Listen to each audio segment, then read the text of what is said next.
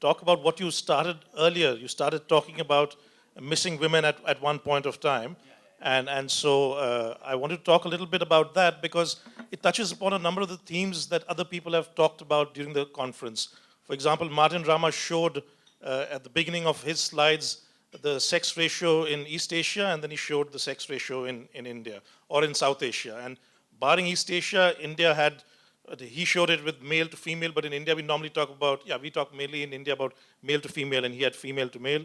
But in any case, so that's, and also in Anu Ram Mohan's presentation, she showed that on health and survival, the situation of India has declined over time. So the question is, why is that happening? And one of the main reasons I think that persists, even though we see on education there's a convergence, that there's less gap, at least between boys and girls, and not the third gender perhaps, we don't have the information.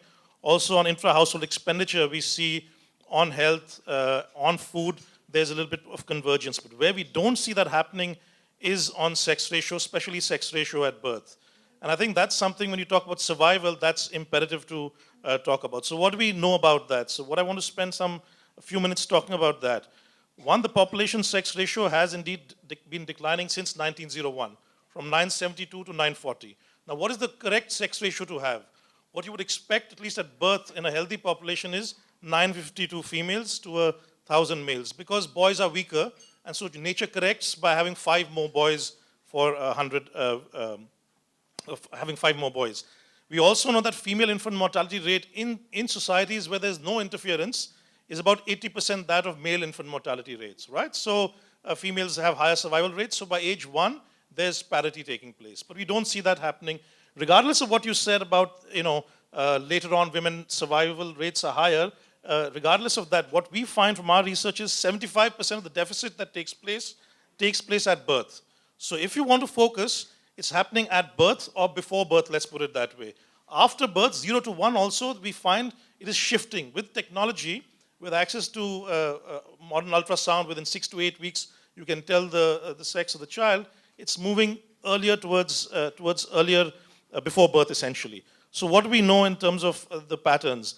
Anu said that this is essentially a northwestern Indian problem. This is no longer true. I think the Dyson and Moore papers, 1983, if you take a look at the map of India now, and I have some colorful maps if I could show them, but I won't.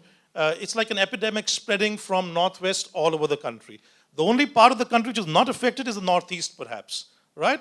But other than that, every part of the country exhibits this very strong sun preference manifestation. There are some ideas that this is not due to sun preference, but this is due to hepatitis B infection, or this is due to better maternal nutrition, but this is all bogus as far as I can tell. We also know that it's the richest states that have the largest problem. Rural, urban, there are no differences as far as we can tell.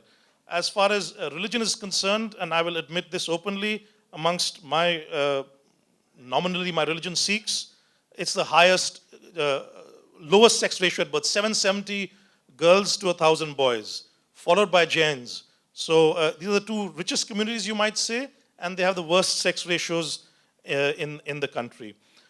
With education, you see the same pattern which you see for labor force participation, you see it with sex ratios at birth.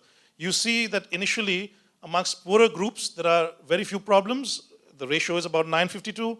You reach secondary education, it declines, and beyond tertiary education, you see again there's an increase. So you see the same pattern that you see with labor force participation, we see with sex ratios at birth and education. So these patterns seem to go together.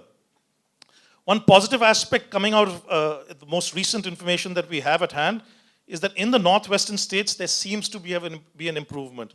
But we don't know whether this is because of interventions of the type that people have talked about, or it's because of reporting is hidden a bit more.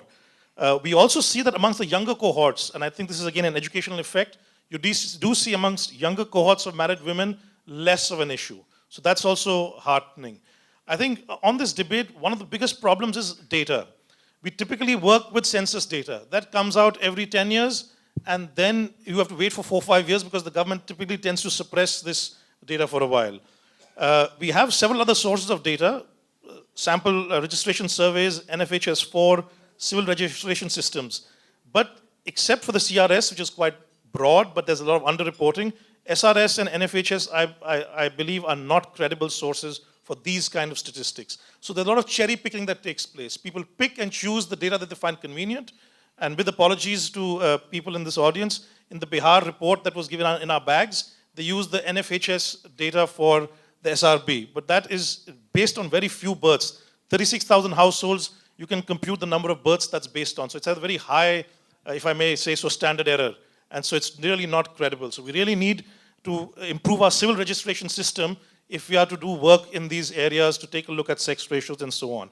Now, how do we deal with this? I can come back to that later if you want, because there's one very successful example of an Indian state which has dealt with this problem, but I'll come back to that later if we get into that. Or do you want me to? No, I guess, at the flow of the discussion, why not? Continue? Okay, sure, great. So the one Indian state that has been very successful at dealing with this problem has been Tamil Nadu.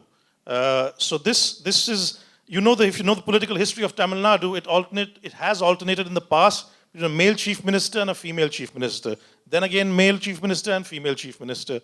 And so we utilized information on the various programs put in by Ms. Jayalalitha, who was chief minister in 91 and 96, and then again in 2001 and 2006. And her government introduced several programs combined with a vast collection of data. They introduced something called a vital events survey, which allowed us to track information between 1996 and 2006 on sex ratio at birth. So about 9 million families were surveyed. And so we have this lovely, beautiful vital events survey data. And at the same time, they had 4 different types of interventions. So package intervention, which is what people have been talking about throughout this session, multi-pronged interventions, interactions, and so on. So that's what they did out there. You had NGO interventions, working through self-help groups, working through village health nurses, and they set up a village tracking health system. So you tracked those women which were high-risk mothers. Who are the high-risk mothers? High-risk mothers are those mothers whose first child is a daughter. So they start tracking these high-risk mothers. Women were given digital cameras. They were given mopeds to go, and they were called moped messiahs actually. And they went around with their mopeds the moment a birth took place to verify whether it's a boy or a girl and so on and so forth, and record things. So the village health system. This was combined with legal action, and we were able to collect data on legal action using the RTI Act from all the police stations in Tamil Nadu to see how much of legal action took place on this. And so you had legal action taking place, you had street theater, behavioral change campaigns, and this has been the history of Tamil Nadu to use behavioral change campaigns to deal with women's education, to deal with other problems as well. So there were behavioral change campaigns, and they had the standard things that economists like, conditional cash transfer programs, a girl child protection scheme, and if you really didn't want to keep your daughter after all this, you had something called the cradle baby scheme. You can hand over your daughter to the state. Now we can all discuss whether that's a good strategy or not, but this is what was done. And what we found is that within a span of about 3 to 4 years, essentially from the 2 or 3 major districts, Salem and Dharmapuri, the 2 districts along with the other Theni and Virudunagar and so on, entire deficit vanished and was entirely taken care of.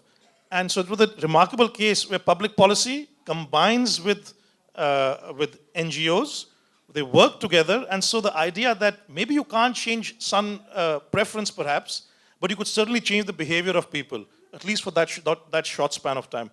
Unfortunately, as you might know that Ms. Jalita has passed on, unfortunately for this reason, maybe not for others if you have different ideas, but indeed the programs have now slowed down. And again, we hear stories in Tamil Nadu of babies being left in ditches and so on. So again, the point I want to make is that policy can be used to tackle these sorts of issues which people think are perhaps immutable, right? It is not impossible, and even if you have access to refined reproductive technology, it is not impossible to deal with these social issues. Thank you. It could be basically the leadership as well. And you also had people at the district collectors who were empowered that you had the right to act on these things, right? So it's a whole combination of things that took place, indeed led by a chief minister, political leadership, who thought that this issue was very important.